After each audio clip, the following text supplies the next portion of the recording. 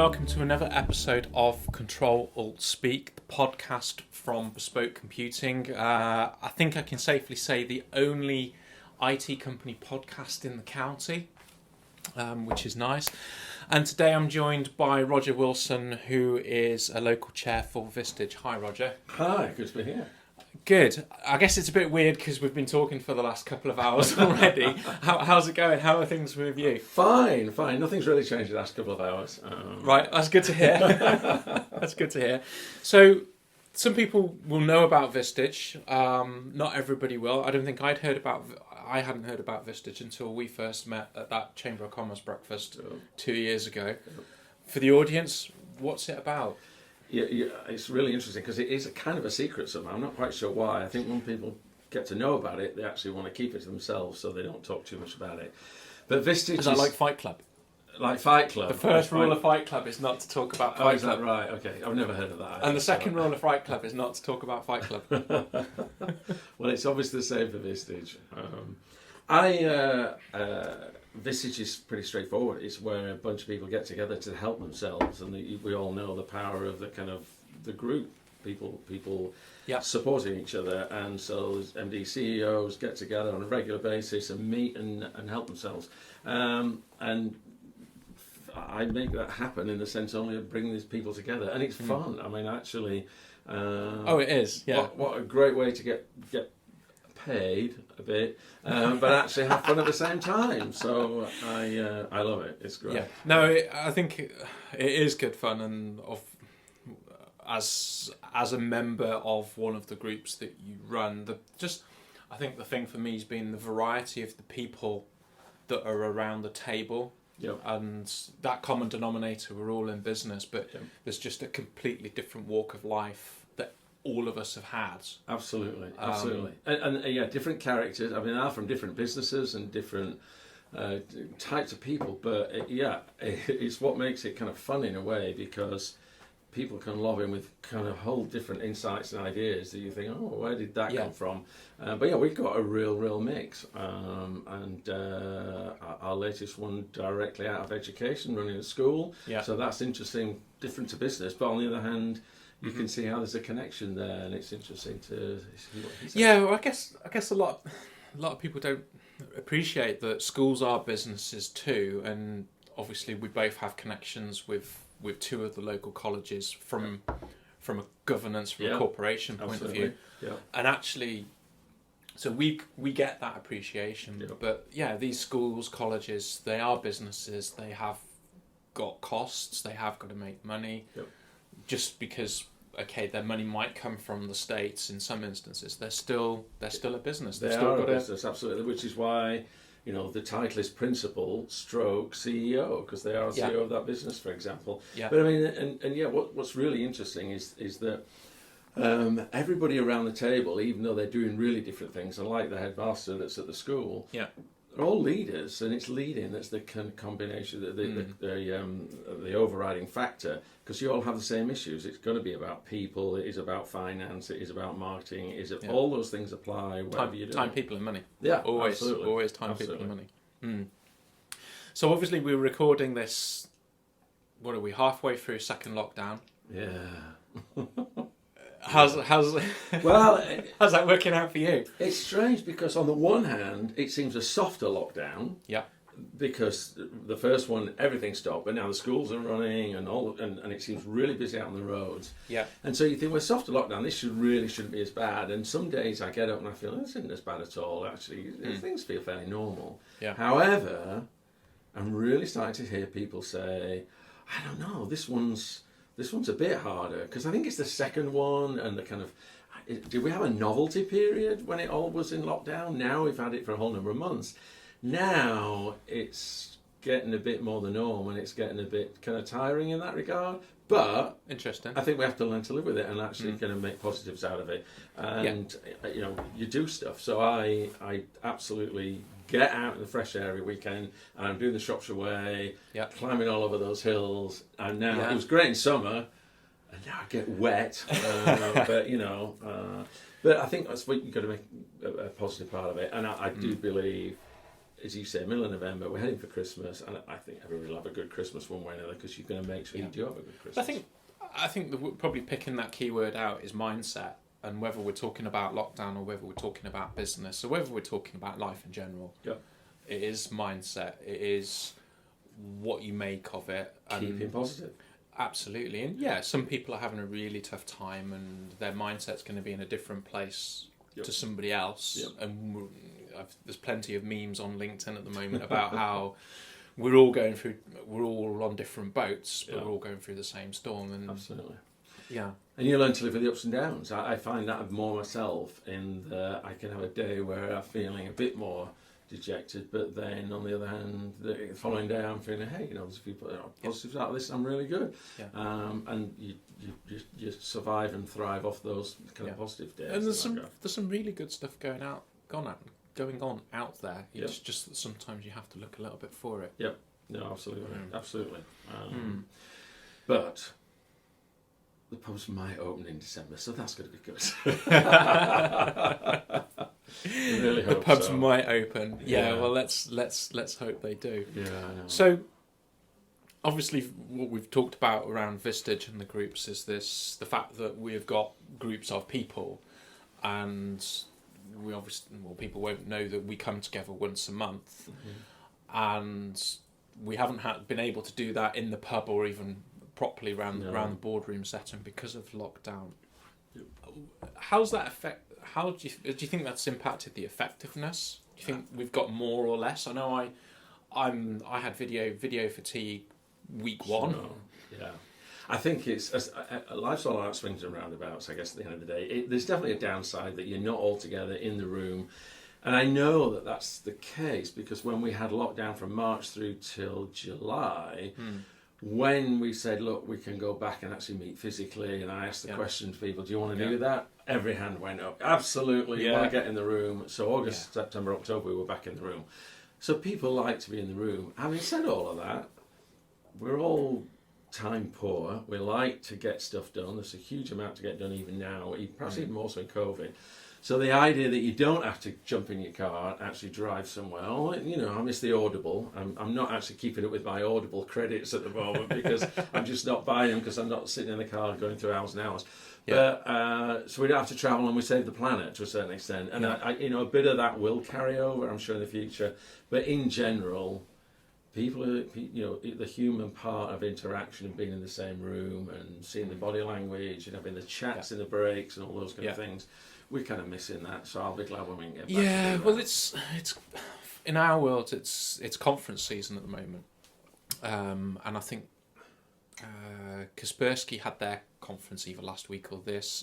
Storagecraft have got their conference, three-day conference or 3 afternoons. These are all virtual. And they've moved them all to virtual. Yeah, I think WatchGuard have done it as well. So lots of different vendors have had all their partner conferencing and everything, and it's all been virtual. And for me, and so one of my guys sat on one of those conferences, and it was very much the vendors on the screen shouting, "We are great, we are great, we are great, we are great, we are great," and click.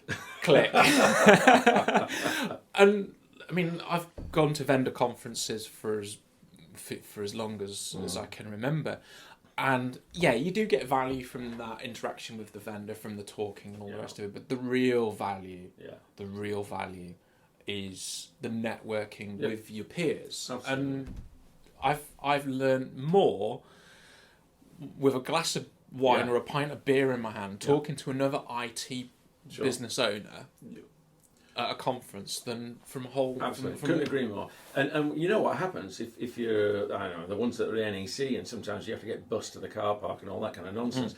You sit down next to somebody there, okay, you're in the same kind of industry, but you have no idea who they are. And you start a conversation, and there's always a connection in terms of, that's it. Next thing you know, you're swapping cars and saying, I should have a chat with you. Absolutely, couldn't agree more, and all that is being missed. And actually... one of the Vistage members, actually, that's really how they get all their connections, by going to those conferences, meeting those people. And the big question the other week was, how do I substitute for that? Because I can't. There isn't the virtual bar just to hang around with and bump into somebody I don't know. Well, there's some LinkedIn banter going on at the moment from the StorageCraft conference this week, and 3 of the guys, they've got big bushy beards. And so they've got a LinkedIn vote going on who's got the best beard. Right, okay. And you've got to have a bit of fun with all of this. I mean, even that's the problem, I guess, again, doing everything online. We tend to be a bit more serious, get the business done, say farewell and all that kind of stuff. Yeah. There isn't that social hanging about and having a bit. So you've got to make it happen in a way. So, the best we had the other with one was you had to suddenly write, no notice, please can you bring your pet or a stuffed toy to the Zoom camera so we can see what you've got. I remember that. For dogs and cats and bears and I mean teddy bears, I guess. I remember we did that, and I think you can see the inflatable across the office. I think that made an appearance. And people might be wondering, why have we got inflatables in the office? Well, gotta have some fun. Absolutely. Yeah. And then we took that to a team meeting as well. So this was in the middle of lockdown. So it was a Teams meeting. Yeah. Everybody's on there. Right, guys, you need to go and get a cuddly toy, a fork, and something else. Yeah. Go. Yeah. And it was just hilarious. And we're British, so we tend to be a bit reserved on that kind of stuff. I've noticed that because I've been on a couple of American ones where they're much more open about that kind of thing, whereas I think the British are a bit more reserved. But anyway, I did see one the other day where they had to, wear the ridiculous shirt and all that kind of stuff. We've done Hawaiian Shirt Day. There you go. Yeah, we've done. Good fun. Yeah, we've done Hawaiian Shirt Day, and then have we told you about the Elf Day?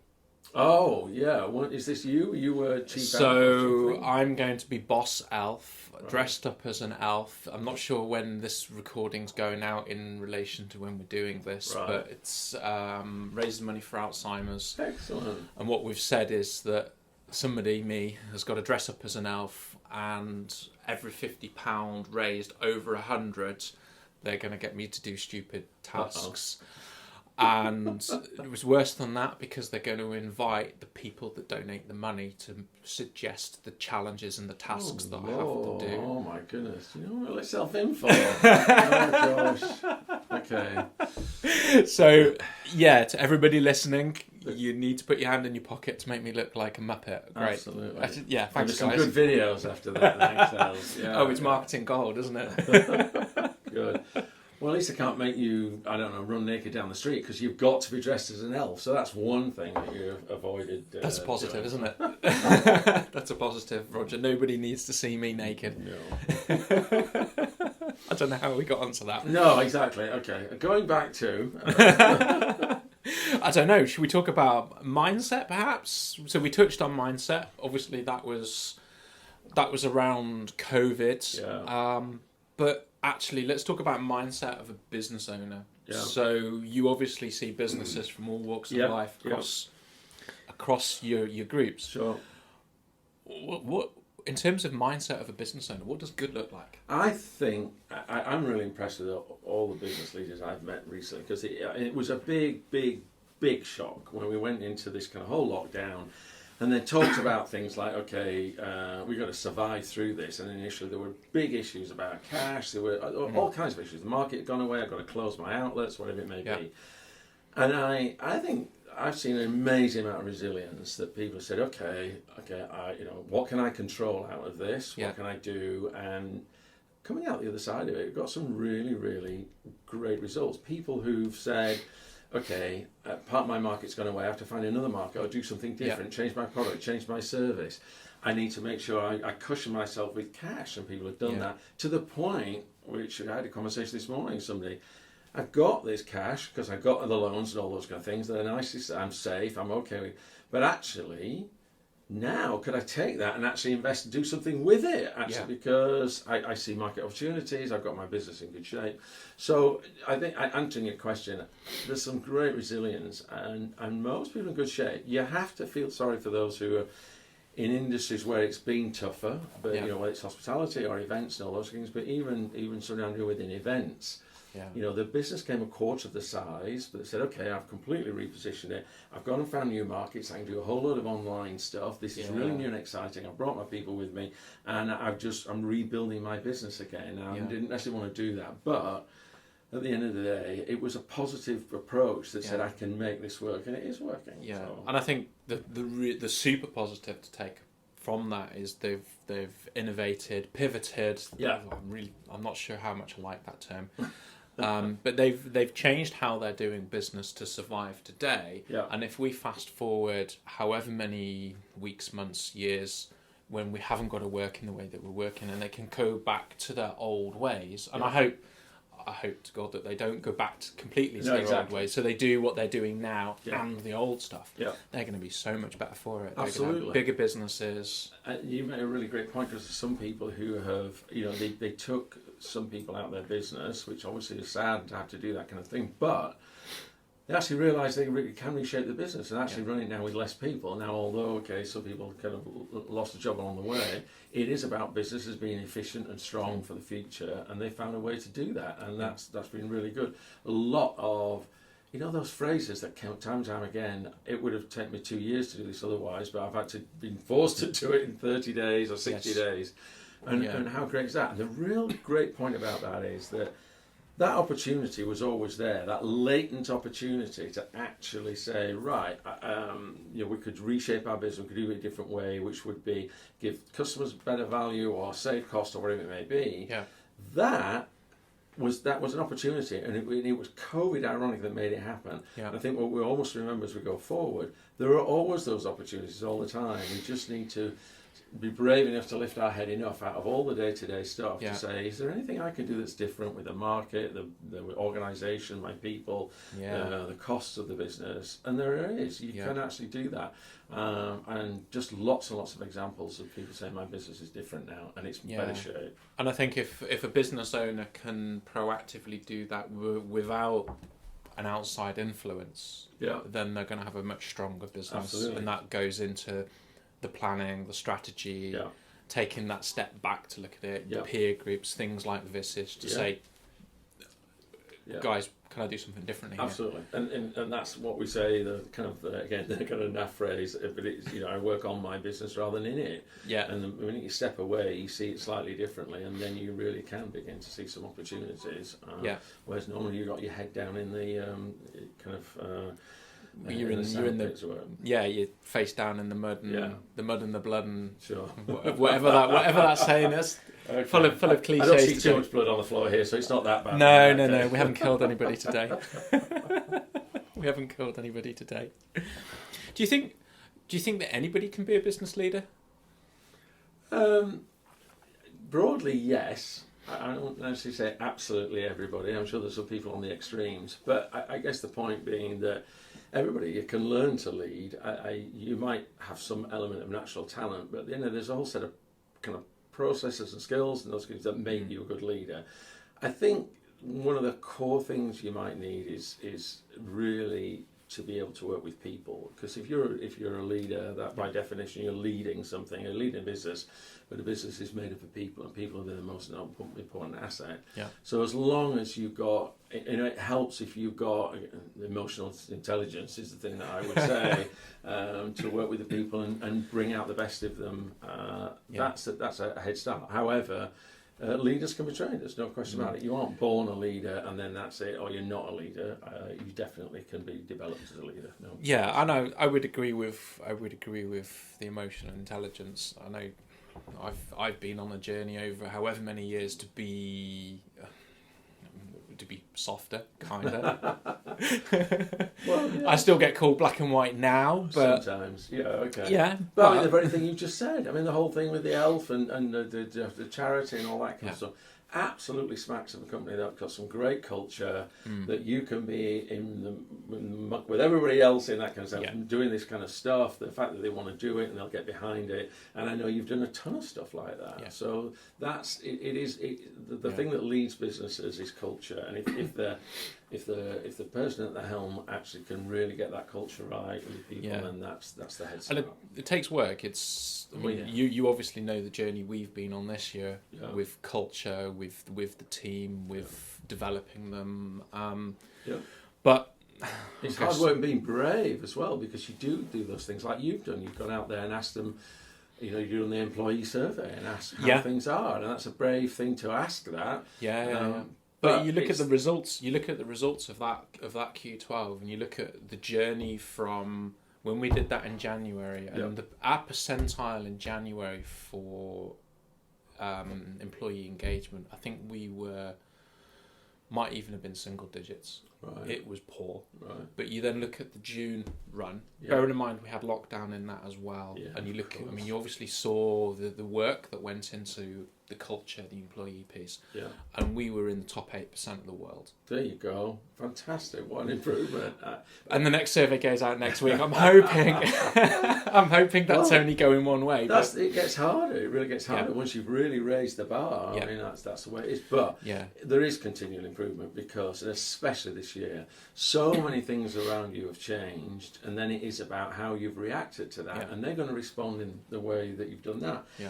And I know, because you were very kind enough to share with me, how you communicated so well with everybody when it started out. So suddenly everyone went home, everyone went into lockdown. What does that mean? Some of our clients have closed, so therefore they need the IT support, etc. But you were really communicating every week, a really good, friendly note, factual about what's going on, a bit of humour in there, wanted to be supportive, etc. And then that went on week over week. And then, of course, as things eased, you made that slightly less frequently because you didn't need to. But the way of approaching that was absolutely spot on. So, if anybody came and asked your staff, how did your company look after you during what was a difficult time? Your people are going to say, well, actually, really good, to be honest. We kept in touch, we had the notes, all that kind of stuff. Yeah. So that's good, good, excellent practice. That's why we have that core value of the business, or one of our core values of the business, of family. Yeah. And that really resonates from the fact that we spend 40 hours a week in the same space as each other. And actually, it's kind of important to get on. Yeah. It's important to, you don't have to be best friends. You don't have to be high-fiving or hugs and kisses and any of that. But you at least need to like the people that you're working with. Yeah. And we're a team, and we all need to lean on each other from time to time, and I lean on them to do their work. I do obviously pay them handsomely as well, but handsomely. Shall I just go ask them? Hold on, no. Okay. But we have to lean on each other for the work that we do, and if we don't look after each other, then we're all going to suffer. Our clients are going to suffer. Exactly. And who wants to be having that awkward conversation of, sorry guys, little Johnny let us down this month because he wasn't playing as part of the family, and we've lost this customer, and we're going to have to let some of you go. Yeah. You don't want that. Nobody wants that conversation. Exactly right. And I do sense it just in talking to your people.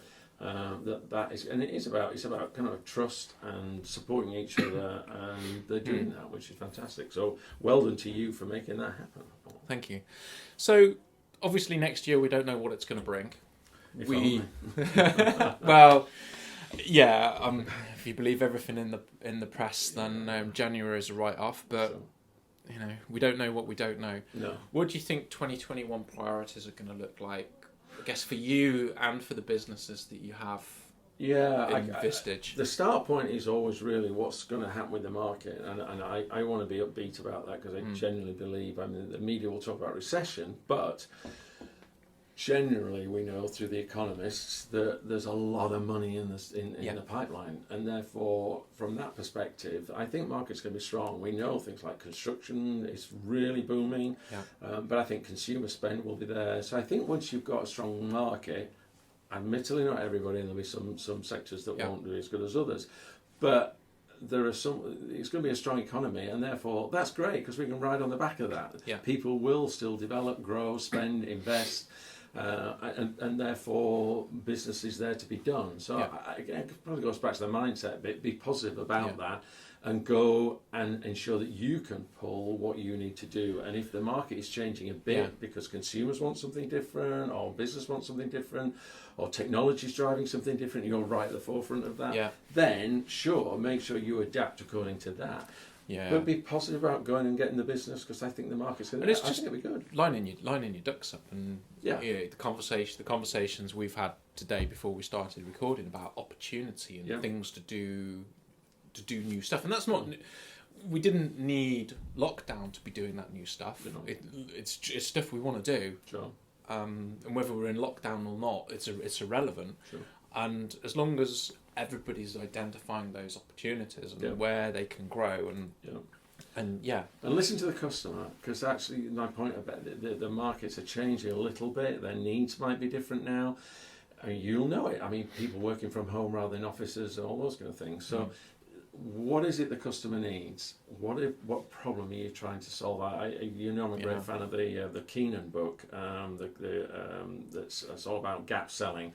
That gap is between what the customer ideally really wants and where they are today. Yeah. And your product might fill that. Example, I guess the cyber bit. Do they feel safe? They're probably blind to the whole idea that they've got cyber issues, but in the back of their mind they know, because they read it every now and again, and they know that's a gap. If you can come along and say, I can help you with this, then they're going to get that comfort. So listen to the customer. What is it that they need? What's going to solve the problem?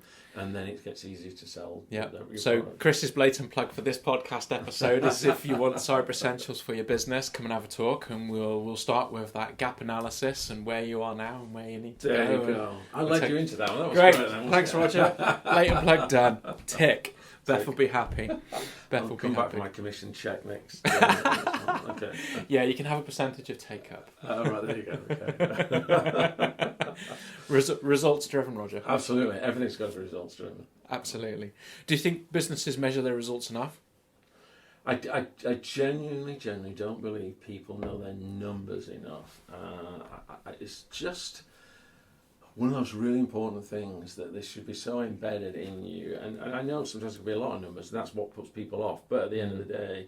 but even the basics. Even the basics. And asking people, what's the plan for next year, etc. What's the margins happening? Is it going up, down, or whatever? And I get it sometimes, because we're lost again in actually really running the business, making it happen. And if we don't do that, it is going to perhaps potentially fall away. So I'd rather work on making sure the business is running and the kind of numbers to a certain extent look after themselves. Yeah. But that's slightly dangerous. So I'm going to put you on the spot with my next question then. Right, okay. Because you now I'm nervous. Okay. Do I know my numbers?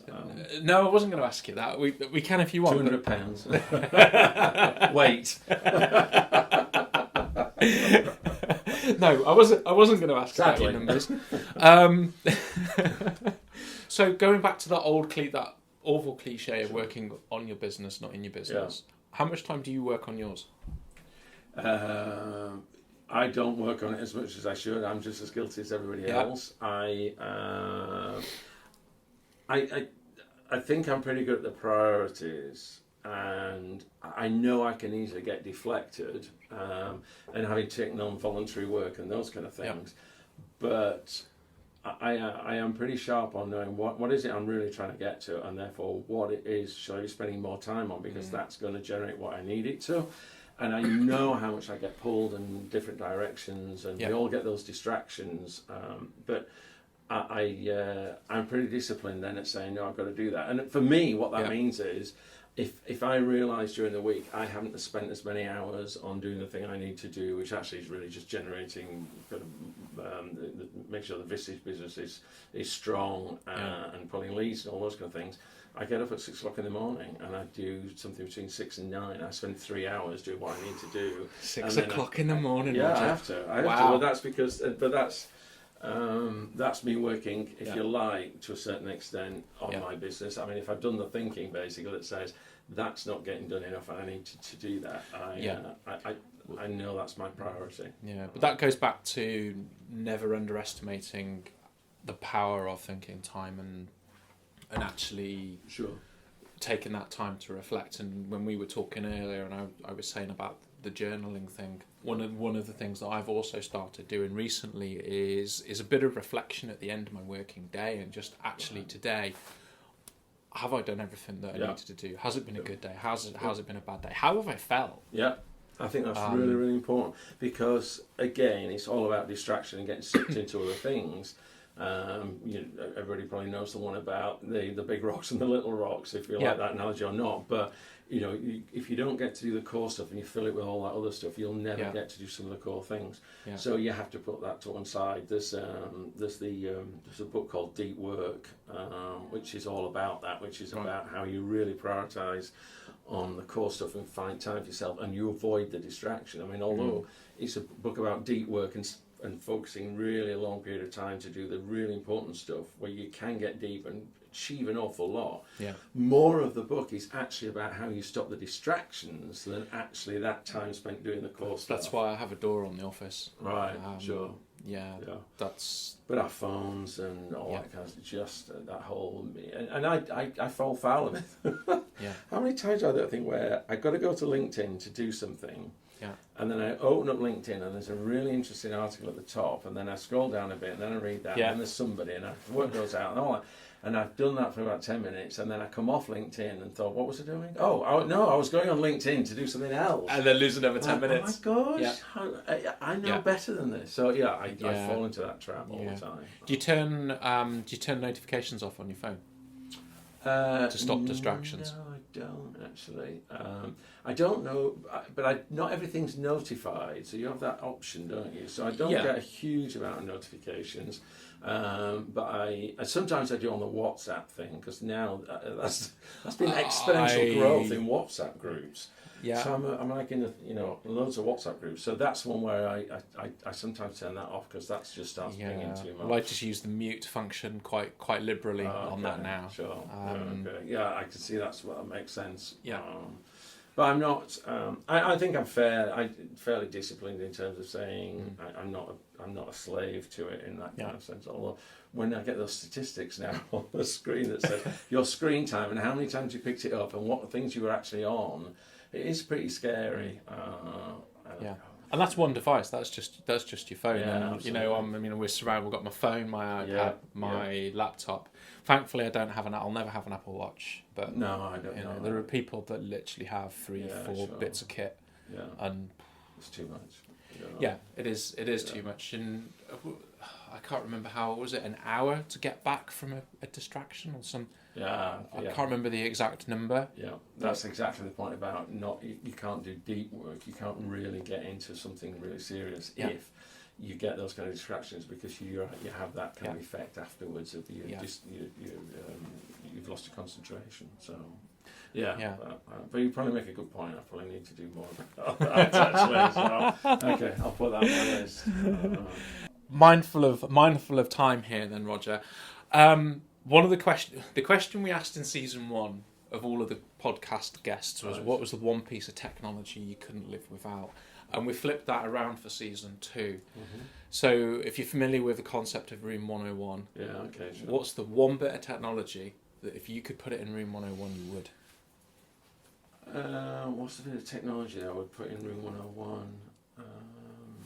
Lord, I don't know. I suppose. I do most of my phone, but I also have an iPad as well. I'm not quite sure why, so now I juggle with both of those, and that's there. So do I really need this iPad? So I don't know. I might chuck that away. And I'm going to turn this on its head, because the one thing I do want, and you might be able to help here, is I need a great note taker, because I'm still a laggard. I'm still writing things on bits of paper, and I know I've got to get to be more. So I see things like the remarkable, but then I realise it's extra hundreds of pounds and all that kind of thing. Yeah. I love the idea of really just being to write everything electronically. It turns it into text, and I can file it neatly, and then I just get less and less paper. But that's an interesting one, Roger. So going back, I don't know how many years I've had an iPad now, and this is coming from a guy. Anybody that's known me for a long time will know that for a long time I was really anti-Apple. And I didn't like the whole. I still have my moments. I mean, there are people that queue outside the shop for 2-3 days to queue for the latest bit of kit, and it's like, really get a life. But for a long time, I would go to do customer meetings, and I'd take a pad and a pen, and I'd then come back to the office and I'd type up all those handwritten notes, which was grossly ineffective. Absolutely, yeah, sure. And then I think as iPads became more mainstream, more acceptable in the business world, like I guess when we look around the table at a Vistage meeting now, who hasn't got the iPad? Sure. We nearly all have. Yeah. So what I'm doing now is I'm using my iPad in those meetings, and whether I'm handwriting on the screen, or whether I'm using the keyboard and the one thing, as much as I say I haven't been the world's biggest fan of Apple, dictation. Just the ability. I mean, I learned to type at school. I can type at 100 words a minute. Right. I can speak a hell of a lot faster. Sure. No, I mean, it's interesting you say about the dictation, because I think, again, I'm in danger of being laggard, because I remember using it before and found it really wasn't accurate enough, and therefore this isn't right. Whereas actually now, because you do it, don't you? If you slip onto Siri and actually say whatever, it all comes up there, and it's accurate generally. Yeah. Alexa's not like that. She's hopeless. She's well, it's my accent. I don't know, but she's got a screw loose somewhere. Anyway, so no, I think that's a good idea, and I think dictation would be a great idea. Yeah, especially again because you can even do it kind of in the car, which actually that's in lockdown 1, lockdown alpha. It was in April time, sun was beating down, and I'd got my little boy, and I was sat in the quarry in Shrewsbury. He's there playing because there's a bit of sand, so he's happily digging away. I'm there with my mobile phone. Yeah. I'm making my customer calls. Yeah. I'm then finishing my call. I'm then flipping into my CRM, and I'm dictating my notes from the call straight into the CRM. Yeah. And literally did a morning's work of calling around clients. Yeah. And the only thing I took was my iPhone. Yeah, that's fantastic when you can do that, isn't it? Yeah, how efficient that is. Yeah. So, Roger, I'm really grateful for you coming and recording an episode on the podcast for us. For the listeners that want to know more about developing their businesses, want to learn about Vistage, want to have a more in-depth conversation about leadership and mindset, things we can do better, how can they find out more? Well, certainly find out more about Vistage by simply going to vistage.co.uk. It's a great website, and on there you'll find me. You can key me in as on search, and it'll come up with my ugly mush, and then tell you all about my history and all those kind of things. And it's got my contact details on there, so you just have to go to the Vistage website and find Roger. So vistage.co.uk and search for Roger Wilson. Yeah, there you go. Brilliant. Thank you for joining us, and to everybody listening, thank you for listening. If you haven't subscribed yet, click the button, because then you'll get told about all the new episodes, and I won't get into trouble for not forgetting to say it. So, Roger, thank you again. Really enjoyed it. Thank you very much. Thanks, Chris.